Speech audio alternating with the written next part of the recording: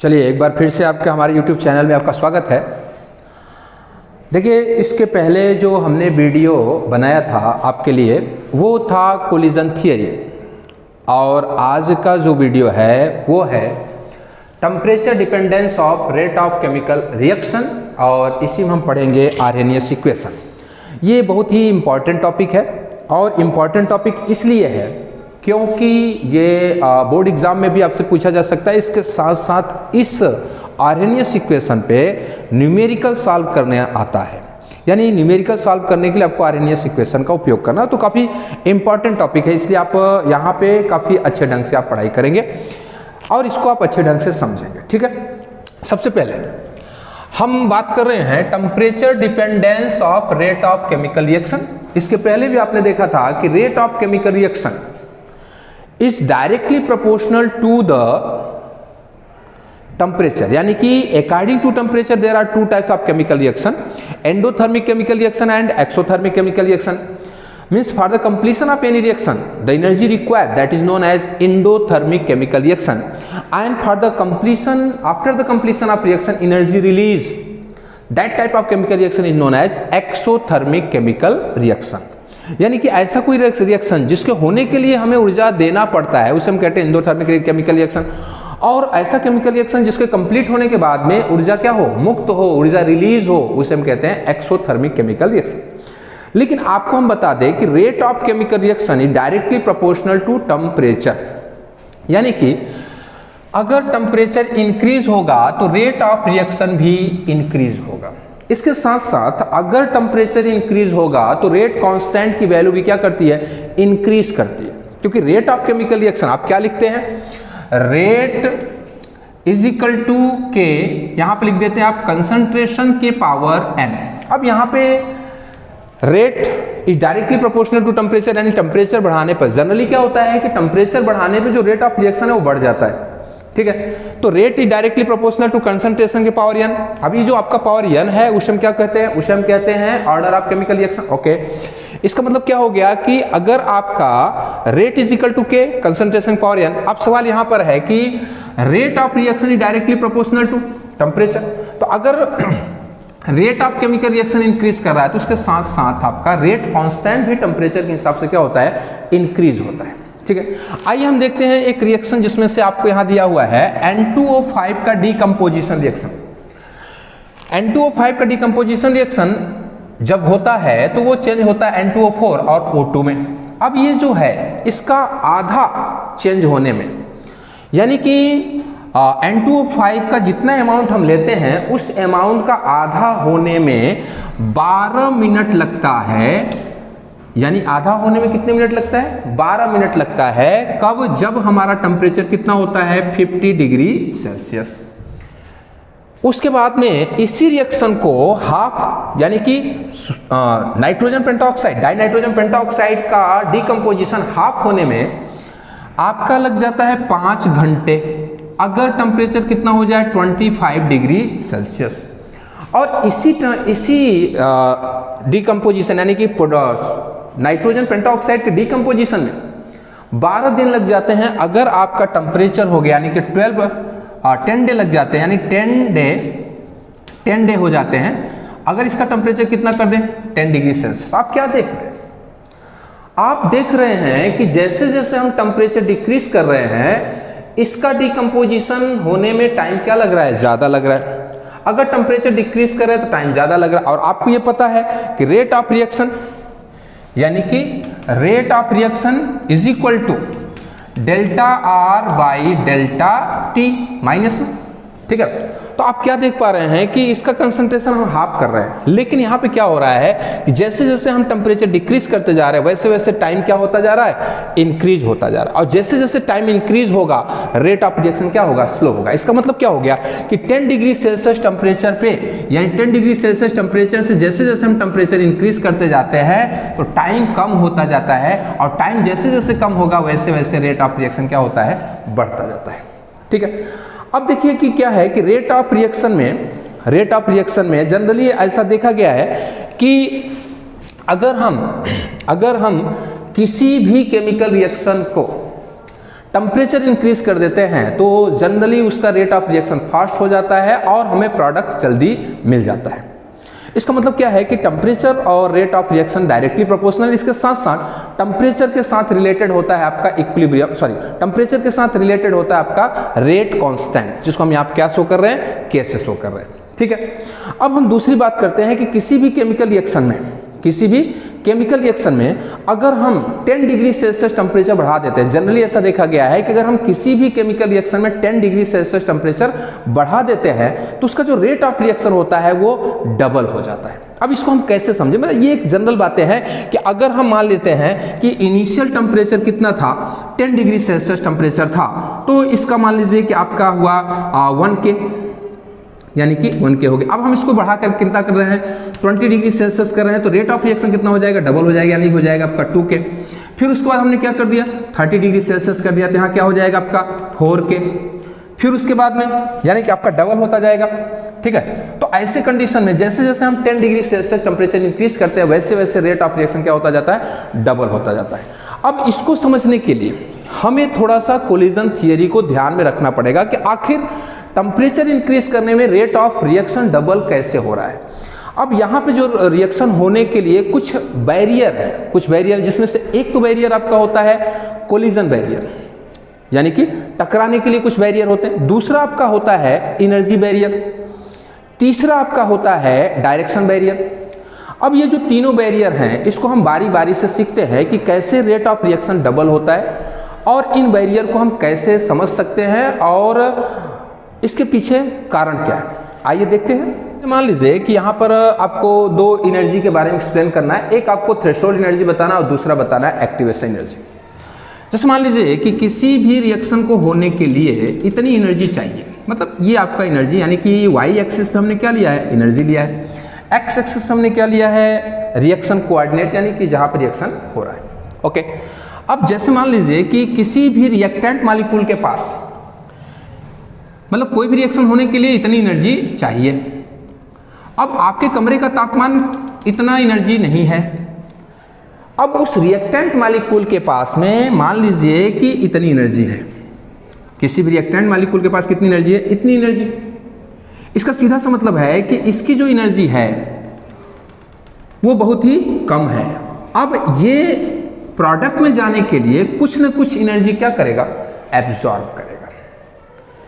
यानी कि किसी भी रिएक्टेंट के अंदर वह मिनिमम एनर्जी जो उस रिएक्शन को प्रोडक्ट में चेंज कर सके, या फिर आप ऐसा कह सकते हैं कि किसी भी रिएक्टेंट मॉलिक्यूल के अंदर रहा हुआ वह मिनिमम एनर्जी, वह न्यूनतम एनर्जी जो एक दूसरे के साथ क्या कर सके, कोलाइड कर सके। क्योंकि आपको मैंने इसके पहले बताया था, कोलिजन थियरी में ये सीधे सीधे बताया गया था कि रिएक्शन तब तक नहीं हो सकता जब तक रिएक्टेंट मॉलिक्यूल के बीच में कोलिजन न हो। जब रिएक्टेंट मॉलिक्यूल के बीच में कोलिजन होगा तो ही रिएक्शन पॉसिबल है। इसका मतलब क्या हो गया कि अभी हम डिस्कस करने वाले हैं एनर्जी बैरियर। अगर मान लीजिए कि किसी भी रिएक्टेंट मॉलिक्यूल के पास में एनर्जी बहुत ही कम है, यानी वो कोलिजन नहीं कर सकता, तो वो रिएक्शन पॉसिबल नहीं है। इसका सीधा सा मतलब है कि उस मॉलिक्यूल के अंदर रिएक्शन कराने के लिए मिनिमम एनर्जी, जिसको हम थ्रेशोल्ड एनर्जी कहते हैं, वो नहीं है। जब मॉलिक्यूल एक दूसरे के साथ कोलाइड नहीं करेगा, तो जब कोलाइड नहीं करेगा तो फिर वो प्रोडक्ट में नहीं जा सकता। इसका सीधा सा मतलब आप कह सकते हैं कि किसी भी रिएक्टेंट मॉलिक्यूल में कोलिजन होने के लिए कुछ न कुछ एनर्जी अंदर निहित होता है, अंदर स्टोर होता है। उसी मॉलिक्यूल्स यानी उसी एनर्जी को हम कहते हैं थ्रेशोल्ड एनर्जी। दूसरी बात यह है कि मान लीजिए कि यहां पर हमने ले लिया है रिएक्टेंट, ले लिया, यहां पर रिएक्टेंट है, अब ये ऊपर की तरफ जा रहा है, फिर यहां पर क्या हो गया, प्रोडक्ट हो गया। यानी कि यहां पे आप देख पा रहे हैं, यहां पे क्या है, P है, और यहां पे क्या है, R है। अब यहां पे क्या होगा कि एक कॉम्प्लेक्स बनेगा, यहां पे क्या बनेगा, एक कॉम्प्लेक्स बनेगा। इस स्टेज पे क्या बनेगा, एक कॉम्प्लेक्स बनेगा। ठीक है, अब ऐसे कंडीशन में अगर हम यहाँ पे ऐसा कुछ देखें तो ये जो है, मतलब इसे हम कहते हैं एक्टिवेशन एनर्जी, ये। अब ये एक्टिवेशन एनर्जी है। अब एक्टिवेशन एनर्जी है तो ऐसे कंडीशन में एक एक्टिवेशन एनर्जी प्रोडक्ट के लिए, ये जो है वो आप ऐसा लिख सकते हैं कि यहाँ पर हमने लिख दिया ये, और ये हो गया एक्टिवेशन एनर्जी किसके लिए, प्रोडक्ट के लिए। अगर ये प्रोडक्ट के लिए एक्टिवेशन एनर्जी है तो इसको हमने क्या लिख दिया, ये डैश। अब आप क्या देख पा रहे हैं कि जो ये डैश है वो लेस है और जो ये है वो ज्यादा है, ठीक है। इसका सीधा सा मतलब है कि आप यहां लिख सकते हैं ये इज ग्रेटर देन ये डैश, मतलब रिएक्टेंट के लिए जो आवश्यक एनर्जी है प्रोडक्ट में ले जाने के लिए वो ज़्यादा है और प्रोडक्ट में जो गया है वो एनर्जी क्या हो गई है, कम हो गई है। तो इसके बीच का जो डिफरेंस आता है उसको हम दिखाते हैं डेल्टा एच से, यानी कि activation energy of reactant and activation energy of product. तो आप यहां देख पा रहे हैं कि activation energy of reactant is more than activation energy of product, so you can say that. अब यहाँ पे देखिए कि प्रोडक्ट की एक्टिवेशन एनर्जी कम है और रिएक्टेंट की एक्टिवेशन एनर्जी ज़्यादा है, तो ये जो डेल्टा एच की वैल्यू होगी वो किस में आ जाएगी, पॉजिटिव में। इसका मतलब क्या हो गया कि डेल्टा एच की वैल्यू अगर पॉजिटिव में आ गया है तो उस रिएक्शन को हम कहते हैं एंडोथर्मिक केमिकल रिएक्शन। मतलब ये रिएक्शन तब तक नहीं हो सकता है जब तक कि आप रिएक्टेंट मॉलिक्यूल को एनर्जी न दें। दूसरा एक ग्राफ हम बनाते हैं, जैसे मान लीजिए यहां पे हो गया, ये हो गया आपका एनर्जी, ये हो गया एनर्जी हो गया, और यहां पर हमने ले लिया है रिएक्टेंट, यहां पर रिएक्टेंट, अब ये ऊपर की तरफ जाएगा फिर ये नीचे चला गया, है ना। अब आप देखिए, अब यहां पे हो गया R और यहां पे हो गया क्या, P। अब अगर आप इसको ऐसे देखते हैं, यहां पे ऐसे देखते हैं और इसको आप देखते हैं, तो अब यहां पे क्या हो रहा है कि ये एक्टिवेशन एनर्जी हो गया, ये किसके लिए हो गया, रिएक्टेंट के लिए। ये जो एक्टिवेशन एनर्जी हो गया ये हो गया आपका प्रोडक्ट के लिए, यानी कि ये डैश, है ना, ये डैश हो गया। अब आप देखिए कि यहां से लेकर के यहां तक का जो डिफरेंस है उसको हम लिखेंगे डेल्टा एच से। अब यहां पे क्या चल रहा है कि ई ए लेस देन ये डैश, ठीक है। तो ये अब यहां पे क्या था, ये मोर देन ये डैश, तो इंडोथर्मिक। यहां पे क्या था, ये इज लेस देन ये डैश, ये हो जाएगा आपका कौन सा, डेल्टा एच आ जाएगा नेगेटिव में, मतलब ये हो जाएगा आपका एक्सोथर्मिक, ठीक है। अब इस रिएक्शन में क्या होगा, एनर्जी रिलीज होगी और इस रिएक्शन में क्या होगा, एनर्जी एब्जॉर्ब होगी, ठीक है। तो इस प्रकार एक होता है आपका एनर्जी बैरियर। अब एनर्जी बैरियर को समझने के लिए ये हो गया आपका एनर्जी बैरियर, यानी कि रिएक्टेंट मॉलिक्यूल के पास में अंदर कुछ न कुछ एनर्जी होनी चाहिए, the minimum energy which are present inside the reactant molecule for the collision, यानी कि इफेक्टिव कोलिजन होने के लिए रिएक्टेंट मॉलिक्यूल के अंदर कुछ न कुछ एनर्जी रहती है जिसकी वजह से वो क्या करता है, एक दूसरे के साथ कोलाइड करता है, उसी एनर्जी को हम कहते हैं थ्रेशोल्ड एनर्जी। दूसरा कंडीशन ये है, यहां पर एक एक्टिवेटेड कॉम्प्लेक्स बनता है। एक्टिवेटेड कॉम्प्लेक्स का मतलब क्या है कि ये पीक पॉइंट है, धीरे धीरे रिएक्टेंट मॉलिक्यूल के बीच का बॉन्ड ब्रेक होता है और प्रोडक्ट के बीच का मॉलिक्यूल फॉर्म होता है। तो रिएक्टेंट मॉलिक्यूल को इतनी एनर्जी बाहर से दे दिया जाए जो कि उसके थ्रेशोल्ड एनर्जी के इक्वल हो जाए या उससे ज्यादा हो जाए, ताकि वो एक्टिवेटेड कॉम्प्लेक्स से बदल के किसमें चला जाए, प्रोडक्ट में। ध्यान रखिएगा, थोड़ा सा माइन्यूट डिफरेंस है थ्रेशोल्ड एनर्जी और एक्टिवेशन एनर्जी में, यानी किसी भी रिएक्टेंट मॉलिक्यूल के अंदर कुछ न कुछ एनर्जी रहती है कोलिजन होने के लिए, जो कि इफेक्टिव कोलिजन हो, और उस इफेक्टिव कोलिजन होने के लिए जो मिनिमम एनर्जी रिएक्टेंट मॉलिक्यूल के पास है वो थ्रेशोल्ड एनर्जी है। उसके बाद में रिएक्टेंट को एक्टिवेटेड कॉम्प्लेक्स तक पहुंचाने के लिए, ध्यान रखिएगा, रिएक्टेंट को एक्टिवेटेड कॉम्प्लेक्स तक पहुंचाने के लिए जितनी मिनिमम एनर्जी बाहर से एब्जॉर्ब होती है उसी को हम कह देते हैं एक्टिवेशन एनर्जी। यानी रिएक्टेंट को एक्टिवेटेड कॉम्प्लेक्स में बदलने के लिए जितनी एनर्जी चाहिए वो होता है आपका एक्टिवेशन एनर्जी, और रिएक्टेंट एक दूसरे के साथ कोलाइड करे ताकि वो रिएक्शन क्या हो, पॉसिबल हो, रिएक्शन हो सके, उस एनर्जी को हम कहते हैं थ्रेशोल्ड एनर्जी। मैं समझता हूं कि आपको एक्टिवेशन एनर्जी और थ्रेशोल्ड एनर्जी प्रॉपर समझ में आ गया होगा। अब हम आपको बताते हैं कि एक्टिवेटेड कॉम्प्लेक्स होता क्या है, उसको हम थोड़ा सा फिगर से देखेंगे। फॉर्मेशन ऑफ HI के लिए ग्राफ। अब जैसे मान लीजिए कि ये जो ग्राफ था वो ऑलरेडी आपने देखा था, y एक्सिस पे क्या थी, एनर्जी था, x एक्सिस पे क्या था, रिएक्शन कोऑर्डिनेशन था, है ना, रिएक्शन कोऑर्डिनेशन, ठीक है। अब देखिए, अभी हमने यहां से यहाँ से आपका ग्राफ यहाँ से हमने प्लॉट किया और इस तरह आकर के ये यहाँ पे गया। अब यहाँ पे जो आपको आ रहा है, यहाँ बन रहा है 2HI और यहाँ पे क्या है H2 + I2। तो जो रिएक्टेंट मॉलिक्यूल है इनके अंदर कुछ न कुछ एनर्जी होगी जिसकी वजह से क्या होंगे, कोलाइड होंगे। कोलाइड होने के बाद में ये रिएक्शन कंटिन्यू ऊपर की तरफ जाएगा। अब यहाँ पे बनेगा activated complex H bond H, फिर I बॉन्ड I, ठीक है। अब फिर यहाँ पे हो गया, आप देख पा रहे हैं कि H के बीच का बॉन्ड ब्रेक हो रहा है, I के बीच का बॉन्ड फॉर्म हो रहा है, यानी I और I के बीच का बॉन्ड ब्रेक हो रहा है, H और H के बीच का बॉन्ड ब्रेक हो रहा है, HI और HI के बीच का बॉन्ड फॉर्म हो रहा है। तो ये वही स्टेट है जिसको हम कहते हैं एक्टिवेटेड कॉम्प्लेक्स, या फिर इसी को हम कहते हैं ट्रांजिशन स्टेट। बात समझ गए? तो रिएक्टेंट मॉलिक्यूल के पास में जो एनर्जी है ऑलरेडी कोलिजन करने के लिए, इफेक्टिव कोलिजन करने के लिए, वो है थ्रेशोल्ड एनर्जी। फिर थ्रेशोल्ड एनर्जी यानी जो रिएक्टेंट मॉलिक्यूल है वो इतनी एनर्जी एब्जॉर्ब करे कि वो एक्टिवेटेड कॉम्प्लेक्स से किसमें बदल जाए, प्रोडक्ट में। उसी एनर्जी को हम कहते हैं एक्टिवेशन एनर्जी, ठीक है।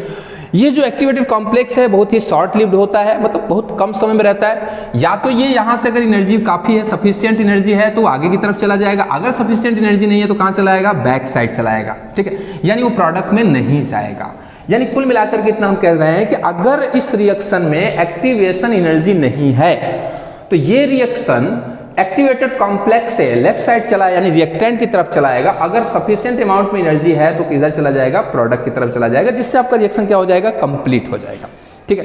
तो ये एक होता है कि एनर्जी बैरियर होता है कि रिएक्टेंट मॉलिक्यूल के पास में कोलिजन होने के लिए थ्रेशोल्ड एनर्जी चाहिए, इसके साथ साथ एक्टिवेशन एनर्जी चाहिए। अगर थ्रेशोल्ड एनर्जी, एक्टिवेशन एनर्जी नहीं है तो कोई भी रिएक्शन पॉसिबल नहीं होगा। इसलिए थ्रेशोल्ड एनर्जी चाहिए कोलिजन करने के लिए, एक्टिवेशन एनर्जी चाहिए कोलिजन के बाद में जो ट्रांजिशन स्टेट है वहां तक पहुंचने के लिए जो एनर्जी चाहिए उसे हम एक्टिवेशन एनर्जी कहते हैं। उसके बाद में अब हम आपको दिखाना चाहते हैं कि कोई भी रिएक्शन 10 केल्विन टेम्परेचर या 10 डिग्री सेल्सियस टेम्परेचर बढ़ा देते हैं तो उसका रेट ऑफ रिएक्शन कैसे डबल हो जाता है। अब जरा से देखिए, अब हम यहां पर वापस क्या ले रहे हैं, यहां पर हम ले रहे हैं फ्रैक्शन। यहां पे क्या ले रहे हैं, फ्रैक्शन ले रहे हैं। और यहां पे हम आपको ले रहे हैं काइनेटिक एनर्जी, ठीक है।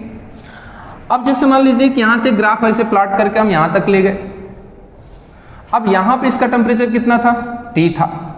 दूसरा टेम्परेचर क्या हो गया, ये ऐसे कुछ हो गया, ध्यान से आप समझिएगा। ये जो टेम्परेचर है उसका हो गया आपका T+10। अभी थोड़ी देर पहले हमने आपको बताया था कि आपने गैसेस स्टेट में बोल्ट्जमान डिस्ट्रीब्यूशन लॉ पढ़ा होगा कि कोई भी गैसेस रिएक्टेंट है तो उसके सभी मॉलिक्यूल की जो काइनेटिक एनर्जी होती है वो सेम नहीं होती है, ठीक है। तो जो काइनेटिक एनर्जी वो सेम नहीं होती, यानी कि डिफरेंट मॉलिक्यूल है डिफरेंट काइनेटिक एनर्जी। कुछ की काइनेटिक एनर्जी बहुत हाई होती है, कुछ की काइनेटिक एनर्जी बहुत लो होती है, और ज्यादातर जो काइनेटिक एनर्जी रखने वाले होते हैं एवरेज काइनेटिक एनर्जी रखने वाले होते हैं।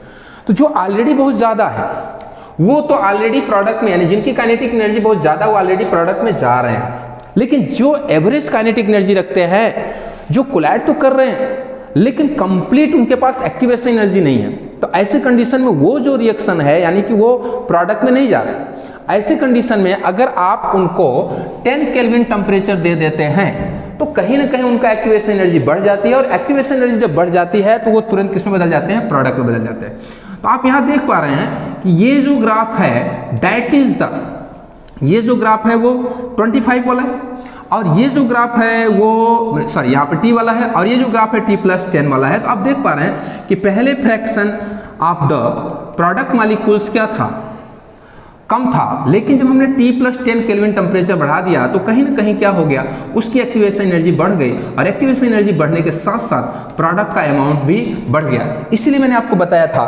कि जनरली ऐसा देखा गया है कि 10 डिग्री सेल्सियस टेम्परेचर बढ़ा देने से रेट ऑफ रिएक्शन डबल हो जाता है। क्यों? क्योंकि जो रिएक्शन में पार्टिसिपेट करने वाले मॉलिक्यूल्स हैं, जो कोलिजन में पार्टिसिपेट करने वाले मॉलिक्यूल्स हैं, उनका जो नंबर होता है वो डबल हो जाता है, जिसकी वजह से प्रोडक्ट भी क्या हो जाता है, डबल हो जाता है।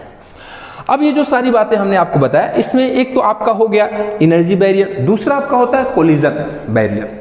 अभी कोलिजन क्या है, इसके पहले हमने आपको नेक्स्ट वीडियो, इसके पहले वाले वीडियो हमने आपको बताया कि कोलिजन होगा तो रिएक्शन पॉसिबल है, लेकिन कोलिजन भी इफेक्टिव होना चाहिए। इफेक्टिव कोलिजन क्या है, जैसे मान लीजिए कि हमारे पास है ए और यहां पे हमने ले लिया ए, चलो ये हो गया आपका ए और ए, दूसरा हमने ले लिया बी बॉन्ड बी, ठीक है ना। अब ये हो गया आपका बी बॉन्ड बी, अब इसके बीच में कोलिजन होगा।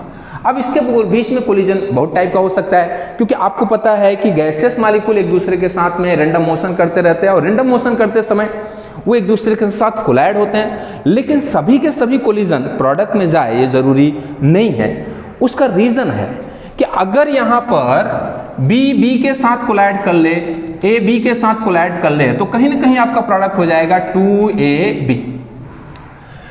अभी यहाँ पे जो चल रहा है ये हमने कौन सा आपको कोलिजन बताया, इफेक्टिव कोलिजन बताया। अगर इफेक्टिव कोलिजन होता है तो प्रोडक्ट बनेगा।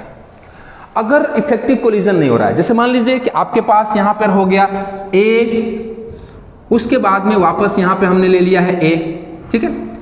अब यहां से कोलिजन हो गया, अब यहां पे कोलिजन हो गया, ये हो गया आपका बी बॉन्ड बी, तो कहीं ना कहीं ए बी बॉन्ड तो बना लेगा, लेकिन ये और ये दोनों नहीं बना सकते। इसका मतलब क्या हो गया कि अगर ऐसा कोलिजन होता है तो आपको परफेक्ट प्रोडक्ट नहीं मिलेगा। नेक्स्ट बात यह है कि अगर मान लीजिए कि यहां पर एक और स्ट्रक्चर आपको दिखाते हैं कि मान लीजिए कि आपके पास में इस तरह आपका हो गया ए और ये इस तरह हो गया, ये हो गया ए और यहां पे हो गया आपका ए। अब दूसरा जो कोलिजन हो रहा है वो हो रहा है इस प्रकार, यानी बी और यहां पे हो गया आपका बी, यानी अब यहां पे ये जो बी है ना तो इस ए के साथ कोलाइड हो रहा है ना तो इस ए के साथ कोलाइड हो रहा है। इसका मतलब है कि ये कोलाइड होने के बाद भी, कोलिजन होने के बाद भी आपको प्रोडक्ट नहीं मिलेगा, ठीक है। तो ये हो गया आपका एक कोलिजन बैरियर, यानी कि कोलिजन भी प्रॉपर ओरिएंटेशन होना चाहिए, प्रॉपर एनर्जी के साथ होना चाहिए ताकि वो प्रोडक्ट में बन सके। यानी कि एक तो ओरिएंटेशन प्रॉब्लम है, अगर ओरिएंटेशन प्रॉपर है तो प्रोडक्ट बनेगा। अगर रिएक्टेंट मॉलिक्यूल के पास कोलिजन यानी कोलिजन थ्रेशोल्ड एनर्जी नहीं है तो भी रिएक्शन नहीं होने वाला, यानी कि थ्रेशोल्ड एनर्जी होना चाहिए, इसके साथ साथ एक्टिवेशन एनर्जी होना चाहिए, इसके साथ साथ जो कोलिजन चल रहा है वो प्रॉपर ओरिएंटेशन यानी कि प्रॉपर डायरेक्शन होना चाहिए। ये तीनों कंडीशन अगर वो फॉलो करता है तो रिएक्शन प्रोडक्ट में जाएगा, यानी कि रिएक्शन कंप्लीट होगा। अगर इन तीनों में कोई भी प्रॉब्लम आई, यानी थ्रेशोल्ड एनर्जी कम है, एक्टिवेशन एनर्जी कम है या फिर डायरेक्शन प्रॉपर नहीं है, तो रिएक्शन यानी रिएक्टेंट एक दूसरे के साथ रह के भी प्रोडक्ट नहीं बनाएंगे। अब यहाँ पे हम पढ़ने जा रहे हैं आर्हेनियस इक्वेशन। आर्हेनियस एक साइंटिस्ट थे जिन्होंने टेम्परेचर और रेट कांस्टेंट के बीच में एक रिलेशन दिया जिसको हम कहते हैं आर्हेनियस इक्वेशन। अब ये जो आर्हेनियस इक्वेशन है उसको आपको डायरेक्ट पढ़ना है, उस इक्वेशन को आइए देखते हैं। रेट कांस्टेंट और टेम्परेचर के बीच में रिलेशन बताने वाले साइंटिस्ट आर्हेनियस थे और उन्होंने एक इक्वेशन दिया जिसको हम कहते हैं Arrhenius equation, K is equal to A के पावर EA बाई RT। आप देख पाए अब यहाँ पे क्या हो रहा है कि जो K है वो है रेट कांस्टेंट, A जो है वो है Arrhenius constant, EA activation energy, R gas constant and T temperature. Okay, now अब हमको ये देखना है कि अगर हम दोनों साइड ln ले लें तो यहाँ पे जो एक्सपोनेंट है वो दूर हो जाएगा, तो हम यहाँ पे कर लेते हैं ln K is equal to ln A minus EA by RT, ठीक है। जब हम ln ले लेते हैं जो एक्सपोनेंट होता है वो रिमूव हो जाता है। अब ln को हम किस में चेंज करेंगे, लॉग में। जब हम ln को लॉग में चेंज करते हैं तो आप 2.303 का क्या करते हैं, multiply 2.303 log K is equal to 2.303 log A minus EA by RT। अब हम क्या करेंगे, यहाँ पे ले रहे हैं log K is equal to 2.303 log A minus EA by 2.303 RT और यहाँ पे भी आ जाएगा आपका 2.303 अब ये जो 2.303 है ये इससे कैंसिल हो जाएगा, तो हमारे पास क्या बचेगा, हमारे पास बचेगा log K is equal to log A minus EA by 2.303 RT। ठीक है, ये थोड़ा सब कुछ सिंपल फॉर्म में हो गया। अब इसके लिए हम एक ग्राफ प्लॉट करेंगे। अब y एक्सिस इसको कंपेयर कर लेते हैं, y is equal to mx plus c। अगर हम इससे कंपेयर करें तो y एक्सिस पे हम क्या लेंगे, log के। y एक्सिस पे हमने ले लिया log के, और x एक्सिस पे हमने ले लिया 1/t। तो x एक्सिस 1/t और y एक्सिस पे, अब यहाँ पे आप देख पा रहे हैं कि स्लोप क्या है, माइनस में है, इसका मतलब इसका ग्राफ जो है वो कुछ ऐसा जाएगा। अब यहाँ पे जो वैल्यू है उससे, यानी इसे कहते हैं इंटरसेप्ट, इसको इंटरसेप्ट कहते हैं, और इंटरसेप्ट की वैल्यू से हम फाइंड करेंगे log a की वैल्यू। यहाँ पे जो स्लोप होगा, यानी स्लोप किसके इक्वल हो जाएगा, -EA/2.303R। अब आपको ध्यान क्या रखना है कि एक्टिवेशन एनर्जी का, क्योंकि स्लोप की कोई यूनिट नहीं है, 2.303 की भी कोई यूनिट नहीं है, तो एक्टिवेशन एनर्जी की यूनिट वही होगा जो R की यूनिट होगी। अगर आप R की यूनिट जूल या किलो जूल में लेते हैं तो एक्टिवेशन एनर्जी की भी वैल्यू यूनिट केस में आएगी, जूल और किलो जूल में आएगा। अगर R की वैल्यू आप कैलोरी और किलो कैलोरी में लेते हैं तो एक्टिवेशन एनर्जी की भी यूनिट क्या आएगी, कैलोरी और किलो कैलोरी आएगी। एक बात ध्यान रखना, जब आप log k और 1/t के बीच में ग्राफ खींच रहे हैं, तो ग्राफ खींचते समय आपका log k तो ठीक है, लेकिन जो आपका टेम्परेचर है, log खींचते समय टेम्परेचर आपको 0 नहीं लेना है। 1/t आप 0 ले सकते हैं, लेकिन t 0 नहीं ले सकते, क्योंकि अगर आपको 1/0 कर दिया तो आपका हो जाएगा इनफाइनाइट। अगर इनफाइनाइट हो गया इसका मतलब आपका ग्राफ प्लॉट नहीं हो सकता। इसका सीधा सा मतलब है कि आप 1/t = 0 ले सकते हैं, लेकिन t हमेशा 0 से ज्यादा लेकर के ही ग्राफ प्लॉट करेंगे आप, यानी 1/t 0 हो सकता है लेकिन t 0 नहीं हो सकता। ठीक है, अब इसी इक्वेशन को हम थोड़े से दो टेम्परेचर के लिए हम देखेंगे, एक T1 टेम्परेचर के लिए और दूसरा T2 टेम्परेचर के लिए देखेंगे।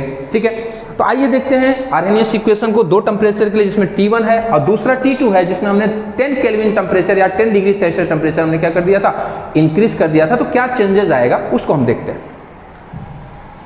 काफी इंपॉर्टेंट है, आप इसको नोट कर लीजिए या स्क्रीनशॉट ले लीजिएगा। उसके बाद फिर हम आपको दो टेम्परेचर के हिसाब से आरएनएस इक्वेशन बताते हैं। आइए देखते हैं। देखिए, अभी यहां पर हमने लिखा था थोड़ी देर पहले log k = log a minus EA/2.303 RT। Okay, हमने इसके पहले आपको बताया कि अगर सपोज करते हैं, सपोज कर रहे हैं कि T1 टेम्परेचर पे रेट कांस्टेंट क्या है, K1। जब हमने टेम्परेचर बढ़ाया तो टेम्परेचर बढ़ के कितना हो गया, T2 हो गया। अगर टेम्परेचर बढ़ के T2 हो गया है तो उसका रेट कांस्टेंट बढ़ के कितना हो जाएगा, K2 हो जाएगा। ठीक है, अब हम क्या करेंगे कि आर्हेनियस इक्वेशन के हिसाब से चलेंगे। तो यहां हम लेंगे log K1 = log A minus EA/2.303 RT1। ये मान लीजिए इक्वेशन नंबर क्या हो गया, 1 हो गया। अब टेम्परेचर T2 के लिए रेट कांस्टेंट कितना है, K2 है, तो उसके लिए हम लेंगे log K2 = log A minus EA/2.303 RT2। ये इक्वेशन नंबर हो गया आपका 2। अब आपको करना क्या है, इक्वेशन नंबर 2 में इक्वेशन नंबर 1 को माइनस कर देना है। इक्वेशन नंबर 2 में इक्वेशन नंबर 1 को क्या कर देना है, माइनस कर देना। तो हम माइनस कर रहे हैं आप, तो log K2 minus log K1 = log A minus EA/2.303 RT2। ठीक है, उसके बाद यहां ले लेते हैं minus log A minus EA/2.303 RT1। Okay, अब हम क्या करते हैं, आपको पता है कि log में जो माइनस में होता है वो चला जाता है डिवाइड में। हम यहां लिख देते हैं log K2/K1 = अब यहां पे आप देख पा रहे हैं कि इसको हम ब्रैकेट को ओपन करेंगे, ब्रैकेट ओपन करेंगे तो हो जाएगा आपका log A minus EA/2.303 RT2 minus log A plus 2.303 RT1। अब आप देख पा रहे हैं कि log a प्लस में है और log a माइनस में है, तो ये दोनों क्या हो जाएंगे, कैंसिल हो जाएंगे। उसके बाद में हम क्या कर रहे हैं, EA बाई 2.303 R कॉमन ले लेते हैं, तो यहाँ हो जाएगा आपका log K2 by K1 is equal to EA by 2.303 हमने क्या कर लिया, कॉमन ले लिया, ब्रैकेट में क्या बचा 1 by T1 minus 1 upon T2। Okay, ये इक्वेशन को आपको ध्यान रखना है। इसी इक्वेशन पे आपको क्या मिलते हैं, न्यूमेरिकल मिलते हैं। ठीक है, तो हम ये समझते हैं कि आप इसको अच्छी तरह से नोट कर लीजिए और इससे डिपेंडेंट जो भी न्यूमेरिकल हो आप उसको ज़रूर सॉल्व करें। और न्यूमेरिकल सॉल्व करने के बाद में आपको कोई भी दिक्कत या कोई भी परेशानी होती तो आप कमेंट्स बॉक्स पे कमेंट्स कर सकते हैं। कोई भी न्यूमेरिकल एनसीईआरटी बुक से कोई भी न्यूमेरिकल में प्रॉब्लम चल रही है तो आप वहाँ पे भी बता सकते हैं कि न्यूमेरिकल ये प्रॉब्लम है। मैं समझता हूँ कि आपको Arrhenius equation, collision theory, energy barrier, activation energy, threshold energy, ये जो भी बातें आज इस वीडियो में बताया गया वो लगभग आपको समझ में आ चुका होगा। अगर किसी भी टाइप का कोई भी प्रॉब्लम अगर आपको ऐसा लगता है तो आप कमेंट्स बॉक्स में कमेंट्स करें, हम उसको दोबारा उसको रिपीट करेंगे और उसको बिल्कुल इजी वे में समझाने की कोशिश करेंगे। मैं ऐसा करता हूं कि आज का वीडियो आपको काफ़ी अच्छा लगा होगा और ये काफ़ी इंपॉर्टेंट है, इसलिए इसका स्टडी करना बहुत ही ज़रूरी है। मैं ऐसा करता हूं कि आपको ये आर्हेनियस इक्वेशन पूरी तरह से समझ में आ चुका होगा। अब हम नेक्स्ट लेक्चर में आपके डिमांड को पूरा करेंगे। आप जो भी कहेंगे कि आपको ये न्यूमेरिकल सॉल्व करना है वो न्यूमेरिकल हम करेंगे, नहीं तो हम नेक्स्ट चैप्टर पे एनसीईआरटी के बुक नंबर यानी चैप्टर नंबर 5 जिसको हम कहते हैं सरफेस केमिस्ट्री, वहाँ पे हम चले जाएंगे। तो इस वीडियो को देखने के लिए आपको बहुत बहुत धन्यवाद।